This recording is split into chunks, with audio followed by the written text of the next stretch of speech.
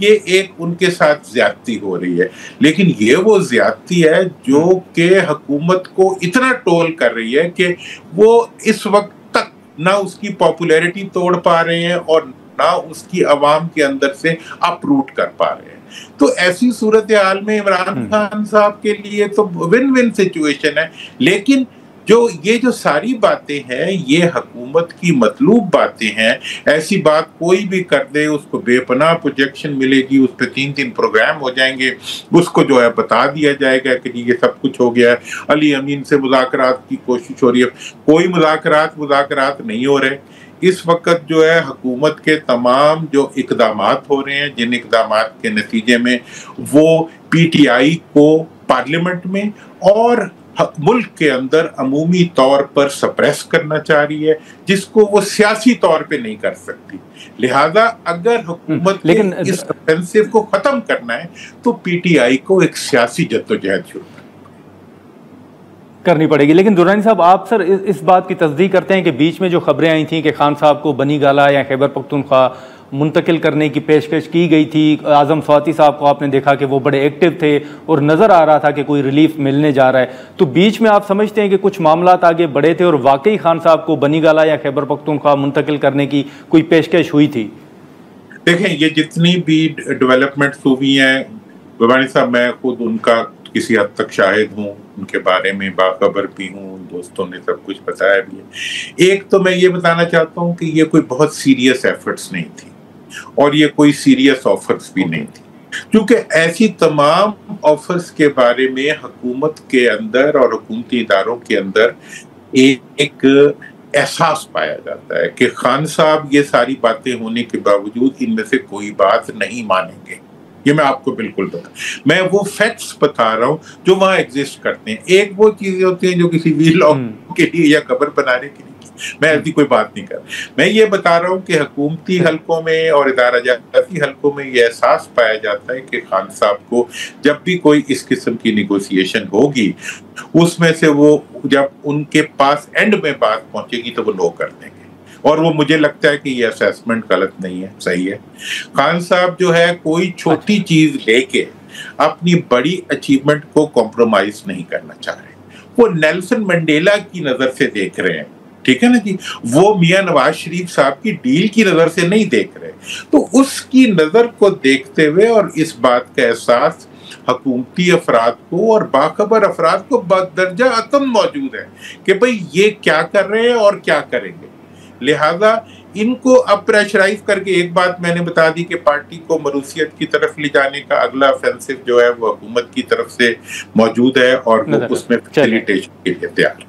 لیکن ابھی آگے مسئلہ جو ہے وہ سیاسی جدوجہد کے علاوہ کوئی راستہ نہیں نکال سکتا، کوئی راستہ نہیں ہے۔ ٹھیک ہے درانی صاحب، بہت شکریہ سر، آپ نے وقت نکالا۔ ناظرین، محمد علی درانی صاحب کی گفتگو سنی اور اس وقت جو ڈیولپمنٹ ہے اس حوالے سے انہوں نے اہم گفتگو کی ہے، انہوں نے ایک تجویز بھی دی ہے پاکستان تحریک انصاف کو۔ ہم یہاں پر ایک شارٹ بریک لیتے ہیں اور بریک کے بعد ایک اسلامی نظریاتی کونسل اور پارلیمنٹ سے منظور ہونے والے ایک اہم بل سے متعلق ہم گفتگو کریں گے۔ پروگرام میں ایک بار پھر خوش آمدید۔ ناظرین، سیاست کے حوالے سے گفتگو آپ نے سنی، اب ہم گفتگو کریں گے جو اسلامی نظریاتی کونسل نے ایک فیصلہ دیا ہے اور جو 18 سال سے کم عمر بچوں کی شادی کی ممانعت سے متعلق جو بل تھا جو پارلیمنٹ کے دونوں ایوانوں نے منظور کیا تھا، اس بل کو مسترد کیا گیا ہے۔ اسی حوالے سے ہم گفتگو کرتے ہیں جو اس وقت اسلامی نظریاتی کونسل کا فیصلہ ہے اور اس میں کیا کن کن نکات کو سامنے رکھتے ہوئے یہ فیصلہ سامنے آیا ہے اور اس فیصلے کا اس بل کے اوپر کیا اثر پڑ سکتا ہے، اس حوالے سے ہم گفتگو کرتے ہیں۔ چیئرمین اسلامی نظریاتی کونسل ہمارے ساتھ موجود ہیں۔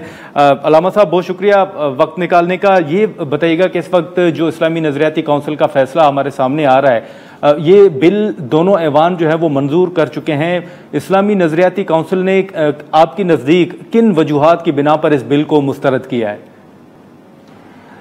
کمسنی کی شادی کے امتناع کا بل جو قومی اسمبلی اور سینٹ میں آلریڈی پاس ہو چکا، کونسل نے از خود اس بل کو حاصل کیا اور اس کی شعبہ ریسرچ نے اس بل کی مختلف آرٹیکلز کے اوپر اپنی رائے مرتب کی، ایجنڈا باقاعدہ تیار کیا گیا، ممبران کو بھیجا گیا، ممبران نے اس اجلاس میں شرکت کی اور ممبران کی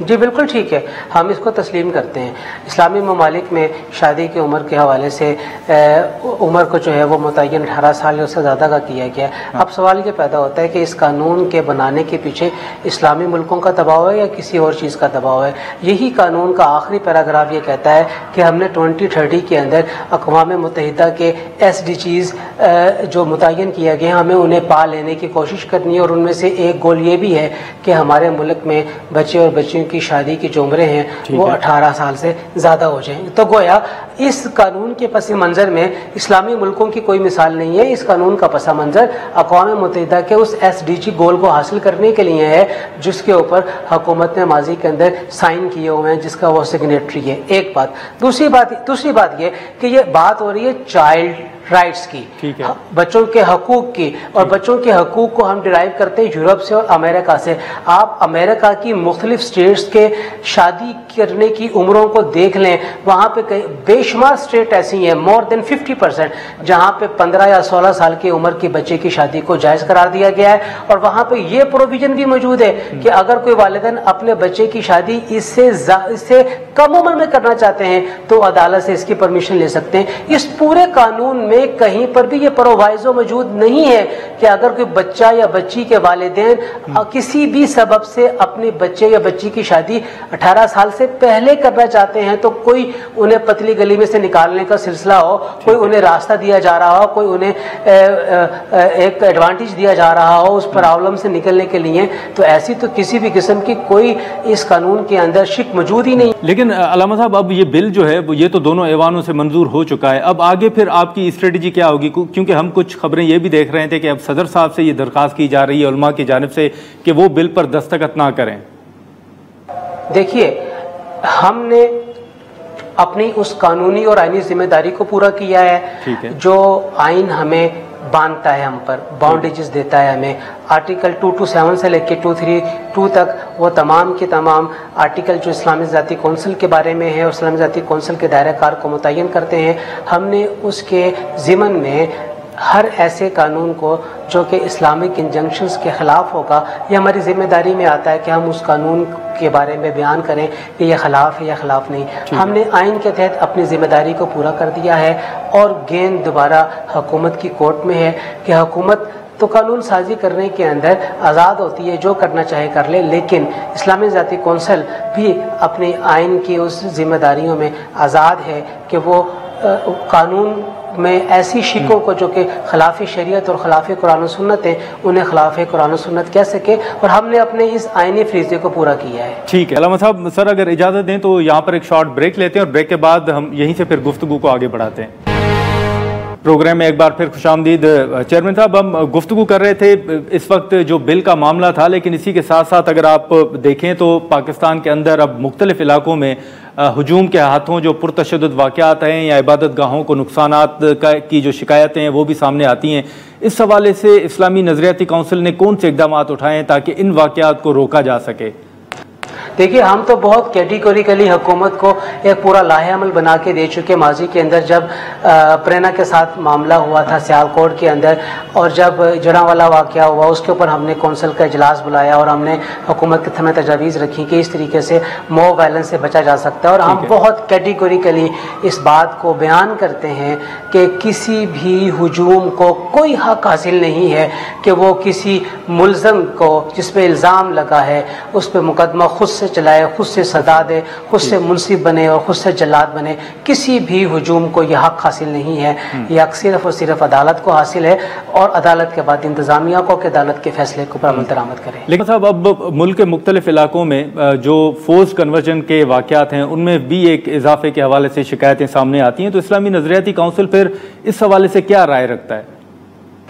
دیکھیے، جب ہم ریسرچ میں جاتے ہیں تو ہمارے سامنے دو طرح کی چیزیں سامنے آتی ہیں۔ ٹھیک ہے، بہت سارے کیسز کے اندر لڑکیوں کی عمریں جو کہ 18 سال سے زیادہ کی ہیں، ان کے ہاں کوئی فورس کنورژن نہیں ہے، اور نہ ہی ان کے جو نکاح ہیں وہ کوئی مجبوراً یا جبر کر کے پڑھائے گئے، انہوں نے اپنی مرضی سے نکاح اپنے پڑھوائے ہیں۔ ہاں، ہم یہ سمجھتے ہیں کہ فورس کنورژن نہیں ہونی چاہیے۔ یہاں پہ پھر وہی مسئلہ آ جائے گا کہ فورس کنورژن کے لیے آپ کتنی عمر کو کہیں گے کہ اس سے کم عمر ہوگی تو وہ فورس کنورژن کہلائے گی. بات وہی آ جائے گی شریعت نے اسلام قبول کرنے کے لیے جو عمر کا تعین کیا ہے وہ بلوغت کا معیار ہے.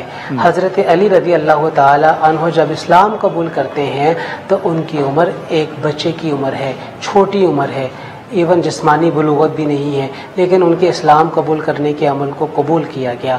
ہمیں اسلام کوئی بھی قبول کرتا ہے تو ہمیں یہ دیکھے جانے کی ضرورت ہے کہ وہ جسمانی طور پہ بالغ ہو چکا ہے یا بالغ نہیں ہو چکا، اور اگر وہ بالغ ہو چکا ہے تو اسلام قبول کرنے کے عمل کو قبول کیا جانا چاہیے. لیکن ہم یہ سمجھتے ہیں کہ فورس میریجز جس طریقے سے غیر مسلموں کو اسلام قبول کر کے اگر صحیح نہیں ہے تو اسی طریقے سے فورس میریجز مسلمانوں کے ہاں جہاں بیٹیوں کو مجبور کیا جاتا ہے کہ وہ باپ اور ماں کے کہنے کے اوپر شادی کے لیے ہاں کر دے، وہ بھی نہیں ہونی چاہیے.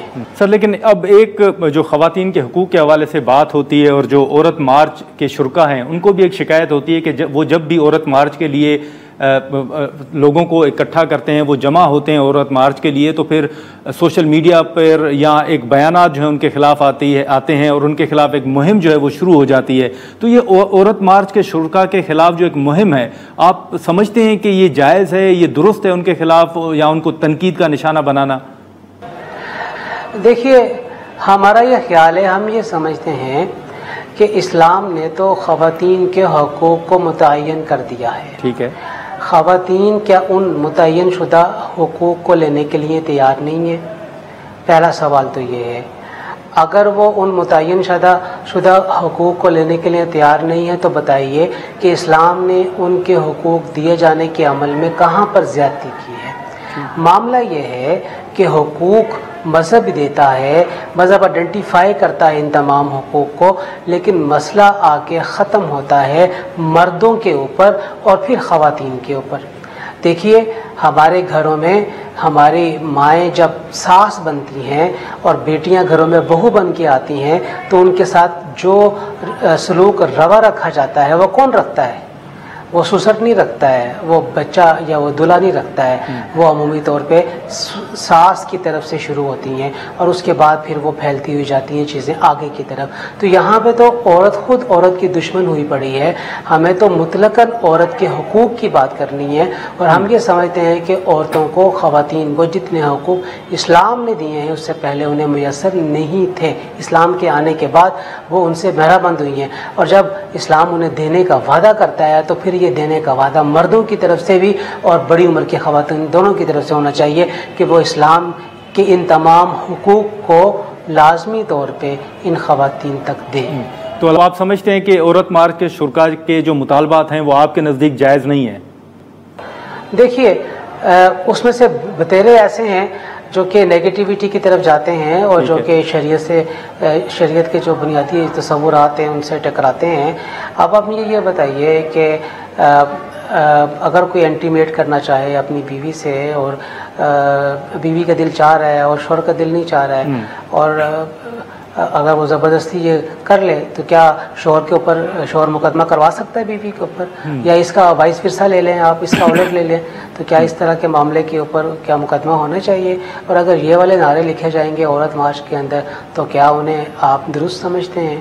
یہ آپ نے اور عامت الناس نے خود فیصلہ کرنا ہے. لیکن صاحب اسی کے ساتھ ساتھ کچھ ایشوز یہ بھی ہیں کہ پاکستان کے اندر جو ریپ کے ایک افسوسناک واقعات ہیں وہ بھی پیش آتے رہتے ہیں، اور ہماری ایک کیبنٹ ممبر کے ساتھ انہوں نے ہمارے ہی پروگرام میں یہ کہا تھا کہ ریپ کے کیسز کے ذمہ دار جو ہیں وہ والدین ہیں. شاید وہ اگر صحیح پرورش کریں تو ریپ کے کیسز میں کمی آ سکتی ہے. تو آپ نہیں سمجھتے سر اس طرح کے واقعات کے جو متاثرہ فرد ہو اسی کے اوپر ایک الزام لگایا جائے یا اسی کو تنقید کا نشانہ بنایا جائے، آپ اس کو درست سمجھتے ہیں؟ دیکھیے دو تین چیزیں بڑی اہم ہیں. ایک تو تربیت کا پہلو آپ نے ذکر کرتے ہیں، صرف مردوں کی تربیت نہیں، بچیوں کی تربیت نہیں بلکہ بچوں کی تربیت بھی ہونی چاہیے، اور انہیں یہ تصور دیا جانا چاہیے کہ معاشرے میں صرف وہی آپ کی بیوی یا بیویاں بن سکتی ہیں جن کے ساتھ آپ کا نکاح ہے، باقیوں کے ساتھ آپ کا کسی بھی قسم کا کوئی تعلق قائم نہیں ہونا چاہیے. نمبر ایک. پھر اس کے ساتھ ساتھ ہمیں یہ دیکھے جانے کی بھی ضرورت ہے کہ اسلامی ذاتی کونسل بہت کیٹیگوریکلی اس بات کو بیان کرتا ہے کہ آپ کسی نہ کسی طریقے سے اسلامی سزاؤں کا نفاذ کریں گے جو کہ دیکھے جانے کے اندر شاید کوئی انہیں وحشیانہ سزائیں قرار دے، شاید کوئی انہیں غیر انسانی سزائیں قرار دے، لیکن ہم یہ دیکھتے ہیں کہ آپ ان سزاؤں کو جب دیں گے تو یقینی طور پہ معاشرے میں اور خاص طور پہ سب کے سامنے دیں گے. جیسے زینب کا کیس تھا، زینب کیس کے اندر جو ملزم پکڑا گیا تھا اسے سزا اگر سر عام دی جاتی تو یقینی طور پہ اس طرح کے کیسز کی تو علامہ صاحب آپ ہیں کہ ان مجرمان کو سر عام سزا دینی چاہیے. دیکھیے میں یہ سمجھتا ہوں کہ پرٹیکولر کیسز کے اندر سر عام سزا دیے جانے سے لوگوں کے اوپر اس کا اثر ہوگا. چلیں سر عام سزا نہ بھی دیجیے، اس سزا کی جو پکچرائزیشن ہے اسے آپ نشر کیجیے، اور چاہے وہ وہاں پہ منہ کے اوپر چہرہ یا جو جسم کا نمایاں عضو ہے اس کے اوپر آپ اس کو آپ بلر کر دیجئے، باقی جسم دکھا دیجئے. اس سے بھی بہت زیادہ ایفیکٹ ہوگا اور لوگ یہ سمجھیں گے کہ واقعتاً سزا ملتی ہے جرم کے بدلے میں. لیکن یہاں پر خواتین کے لباس سے متعلق بھی بڑی باتیں ہوتی ہیں، تنقید ہوتی ہے، جو کہ میرا خیال ہے کہ وہ بھی جائز نہیں ہے کہ یہاں تک بھی ان کو تنقید کا نشانہ بنایا جائے کہ اگر خواتین اس طرح کے کپڑے پہنیں گی تو پھر آپ کو یاد ہوگا کہ ایک بیان بھی تھا کہ پھر مرد جو ہیں وہ ربوٹ تو نہیں ہے. تو آپ نہیں سمجھتے کہ یہ اس طرح کے بیانات جو ہیں وہ نہیں ہونے چاہیے خواتین کے خلاف؟ دیکھیے جو موڈیسٹی ہے لباس کے اندر وہ تو شریعت کا شعار ہے، موڈیسٹی لباس میں شریعت کا شعار ہے اور ہمیں موڈیسٹی کو اختیار کرنا چاہیے. کوئی بھی شخص چاہے اس کا تعلق اسلام کے ساتھ نہیں بھی ہے وہ بھی اس بات کو متصور کر سکتا ہے کہ مجھے جب باہر نکلنا ہے تو کس قسم کے لباس پہن کے نکلنا ہے جو موڈیسٹی کے دائرے کار کے اندر آئے. تو آپ بھی سمجھتے ہیں کہ خواتین کو اپنے لباس کا خیال رکھنا چاہیے؟ اسی طریقے سے مردوں کو اپنی نظریں بھی نیچی رکھنی چاہیے. سر بیچ میں علامہ صاحب ہم نے آپ کا ایک وی پی این سے متعلق بیان بھی دیکھا تھا جس کی پھر آپ نے تردید بھی کی تھی، وضاحت بھی کی تھی، لیکن ابھی بھی کچھ بیانات اس طرح کے آتے ہیں کہ نوجوان جو ہیں، جو لڑکے لڑکیاں ہیں، ان کو انٹرنیٹ سے دور رکھا جائے، وی پی این سے دور رکھا جائے. آپ کی اب اس وقت کیا رائے ہے سر؟ دیکھیے آسٹریلیا کے اندر تو 16 سال کی عمر تک کے سے کم عمر کے بچوں کے لیے وہ یہ بات کہہ چکے ہیں سوشل میڈیا ایپس اور سوشل میڈیا پر کام کرنے والی تمام کمپنیز کو کہ وہ بچوں کے لیے اپنے الگ سے پروگرام لانچ کریں. بچوں کے لیے الگ سے چیزیں ہونی چاہیے، جو بڑوں کی چیزیں ہیں وہ بچوں کو نہیں دیکھی جانی چاہیے. تو بچوں کے لیے دائرہ کاری الگ ہونا چاہیے. اور میں یہ سمجھتا ہوں کہ ہمیں کیٹیگوریکلی اپنے بچوں کو وہاں تک ایکسیس دینے کی ضرورت ہے جو ان کی بنیادی تعلیمی ضروریات کو پورا کریں. تو علامہ سمجھتے ہیں کہ 16 سال تک جو بچے ہیں ان کو انٹرنیٹ سے دور رکھنا چاہیے؟ دور رکھنا چاہیے، اور میں یہ سمجھتا ہوں کہ 16 سال کے بعد بھی دور رکھنا چاہیے کچھ ایسی چیزوں سے جو کہ یقینی طور پہ دیکھے جائیں گے تو وہ گناہ کے زمرے میں شمار کیے جائیں گے. اچھا چلیں صاحب بہت شکریہ سر وقت نکالنے کا. ناظرین چیئرمین اسلامی نظریاتی کونسل کی گفتگو آپ نے سنی. ہم نے بل سمیت جو اہم ایشوز ہیں جو وقتاً بوقتاً کچھ متنازع بیانات آتے رہتے ہیں اس حوالے سے بھی ہم نے گفتگو کی. ہم یہاں پر ایک شارٹ بریک لیں گے اور بریک کے بعد شرمیلا فاروقی صاحبہ ہمیں جوائن کریں گی اور جو علامہ صاحب کی رائے تھی اس حوالے سے ہم شرمیلا صاحبہ سے گفتگو کریں گے. پروگرام میں ایک بار پھر خوش آمدید ناظرین. چیئرمین اسلامی نظریاتی کونسل کی گفتگو آپ نے سنی جو انہوں نے بل سے متعلق اپنی رائے دی اور کونسل کی جو رائے تھی جو اجلاس ہوا تھا اس حوالے سے اب ہم گفتگو کریں گے. ڈاکٹر شرمیلا فاروقی صاحبہ ہمارے ساتھ موجود ہیں. شرمیلا صاحبہ بہت شکریہ وقت نکالنے کا. آپ سے پہلے ہماری چیئرمین اسلامی نظریاتی کونسل سے گفتگو ہو رہی تھی اور آپ کے علم میں ہوگا کہ انہوں نے اس بل کو مسترد کیا ہے. اب آگے آپ کی نظر میں کیا لاہ عمل ہونا چاہیے، کیا ہوگا، آپ کو کیا نظر آ رہا ہے؟ جی بہت شکریہ. دیکھیے جی پہلے تو یہ بالکل بھی اسلامی معاملہ یا ریلیجس معاملہ نہیں ہے، یہ پیورلی ایک ہیومن رائٹس کا معاملہ ہے. کیونکہ جب آپ ایک کم عمر بچی کی شادی کر دیتے ہیں اس کے بچپن میں ہی، جو کہ 18 سال سے پہلے کسی بھی بچی کی شادی ہو تو وہ اس کا بچپن ہی وہ she is a minor not a major. اگر اس کے بچپن میں آپ شادی کر دیتے ہیں she loses out on her childhood. آپ اس کا بچپن اس سے چھین رہے ہیں، آپ اس کی صحت اس سے چھین رہے ہیں، آپ اس کی تعلیم کا جو موقع اس سے ملنا چاہیے وہ اس سے چھین رہے ہیں. سو ہر چیز کے اندر مذہب کو نہیں لانا چاہیے. میں بہت احترام کرتی ہوں کاؤنسل آف اسلامک آئیڈیالوجی کا، ان کے ممبران کا، لیکن دیکھیے ان کو اپنے نظریات بدلنے پڑیں گے. دنیا کے کئی ایسے مسلم ممالک ہیں جس میں انڈونیشیا بھی شامل ہے جنہوں نے یہ بچیوں کی شادی کی عمر جو ہے 18 سال، اور کئی ایسے بھی ممالک ہیں جنہوں نے 21 سال رکھی ہے۔ دوسری چیز یہ ہے کہ اگر آپ آئین کو دیکھیں، آرٹیکل 25 کو دیکھیں، تو اس میں صاف صاف یہ لکھا ہے there will be no discrimination on the basis of gender۔ تو اگر ایک لڑکی کی عمر 18 سال ہے شادی کی، تو ایک لڑکی کی عمر 16 سال یا اس سے کم کیوں ہو؟ ٹھیک ہے۔ دوسری اہم چیز یہ ہے کہ دیکھیے، یہ جب میں سندھ کے اندر یہ قانون لے کر آئی تھی 2013 میں، اس کے بعد ایک مقدمے کے اندر اس بل کو چیلنج کیا گیا تھا فیڈرل شریعت کورٹ کے اندر۔ اب فیڈرل شریعت کورٹ وہ کورٹ ہے جو اس ملک کا سب سے ہائیسٹ کورٹ ہے جہاں پر شریعہ کے معاملات کو دیکھا جاتا ہے۔ 2022 کے اندر ان کا ایک فیصلہ آیا جس میں یہ بڑے واضح طور پہ کہا گیا کہ یہ قانون جو ہے یہ آئین اور مذہب کے خلاف نہیں ہے، it is not in Islamic, اور اسٹیٹ جو ہے، ریاست جو ہے، وہ مدر اور چائلڈ کو پروٹیکٹ کرنے کے لیے قانون سازی کر سکتا ہے، اور بالخصوص بچیوں کو پروٹیکٹ کرنے کے لیے ان کی عمر بڑھا سکتا ہے۔ لیکن شرمیلا صاحبہ، ابھی جو چیئرمین اسلامی نظریاتی کونسل سے ہماری گفتگو ہو رہی تھی، وہ کہہ رہے ہیں کہ اس بل میں مطلب ایک تو کلچر ہے، انہوں نے مثال بھی دی کہ خیبر پختونخوا کا الگ کلچر ہے، بلوچستان کا، اسی طرح باقی صوبوں کا، تو ہم کیسے کسی کو ایک قانون سازی کے طریقے سے یا اس قانون کو سامنے رکھتے ہوئے باؤنڈ کر سکتے ہیں؟ اور دوسرا ان کو یہ بھی اعتراض ہے کہ بل کے اندر والدین اور جو نکاح پڑھانے والا ہوگا اس کے لیے بھی سزائیں تجویز کی گئی ہیں۔ پہلی چیز تو یہ ہے کہ یہ جو قانون ہے یہ صرف اسلام آباد کے لیے، کیونکہ میں ایک MNA ہوں اور میں صرف اسلام آباد کیپٹل ٹیریٹری کے لیے قانون سازی کر سکتی ہوں۔ یہ خیبر پختونخوا، بلوچستان، پنجاب کے لیے بل نہیں ہے۔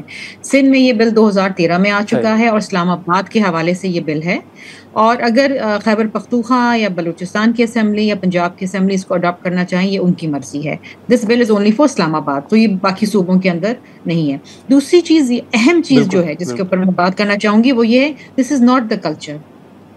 یہ کلچر نہیں ہے۔ آج کے دور میں مائیں جن کی کم عمر میں شادی ہوئی، وہ اپنی بچیوں کو پڑھانا چاہتی ہیں، وہ اپنی بچیوں کو تعلیم دینا چاہتی ہیں، وہ اپنی بچیوں کو صحت دینا چاہتی ہیں، اور کوئی بھی ایسا کلچر جو ایک بچی سے اس کا بچپن چھین لے، اس کی تعلیم چھین لے، اس کی صحت چھین لے، اس کلچر کو ختم ہونا چاہیے، اس کلچر کے اوپر نظر ثانی ہونی چاہیے، میری یہ درخواست ہے۔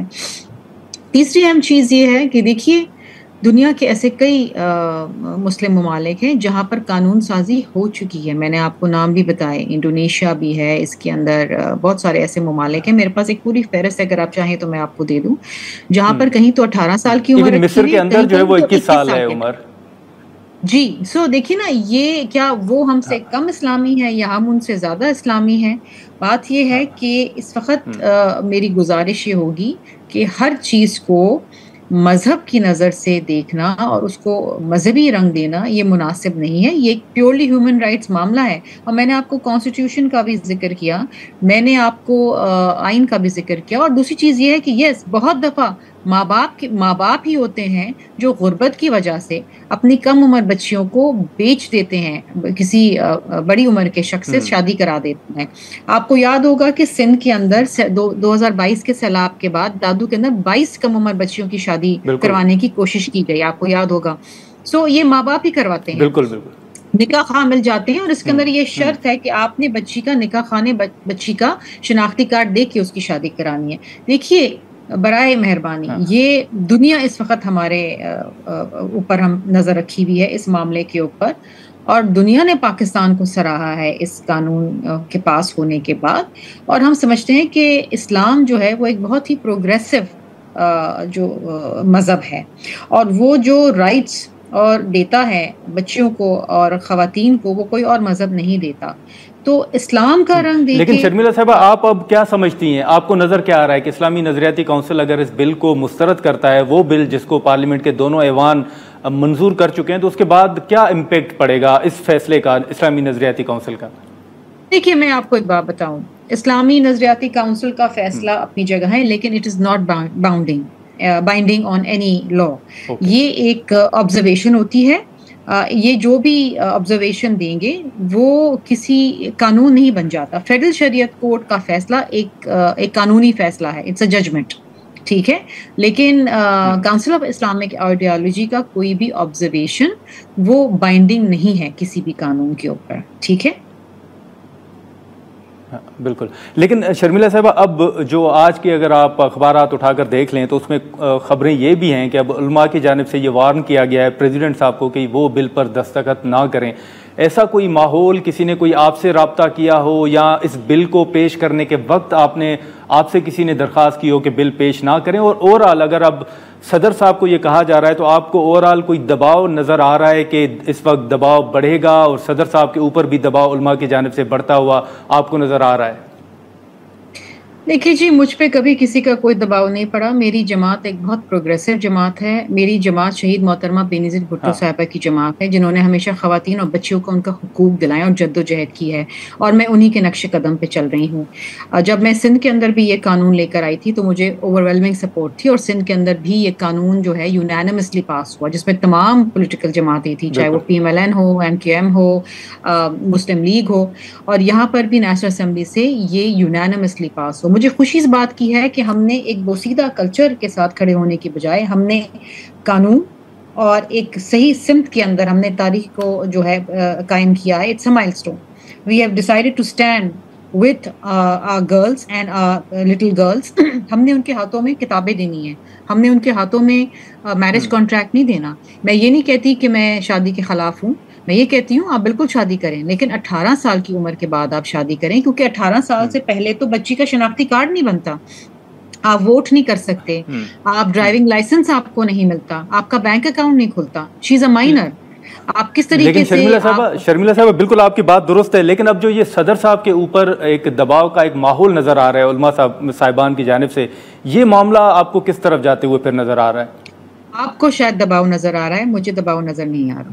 چلیں، بہت شکریہ شرمیلا صاحبہ وقت نکالنے کا. ناظرین، فاروقی صاحبہ کی گفتگو آپ نے سنی. اب اس حوالے سے آج کے اگر اخبارات اٹھا کر ہم دیکھ لیں تو اس میں علماء کی جانب سے پریزیڈنٹ صاحب کو یہ اپیل کی گئی ہے کہ وہ اس بل پر دستخط نہ کریں، اور اس سے قبل اسلامی نظریاتی کونسل بھی اس بل کو مسترد کر چکا ہے. لیکن شرمیلا صاحبہ کا جو موقف ہے وہ بھی آپ نے سنا کہ یہ بل آئین یا کسی مذہب کے خلاف نہیں ہے اور یہ بنیادی انسانی حقوق کی بات ہے. آج کے پروگرام میں اتنا ہی. اجازت دیجیے. اللہ حافظ.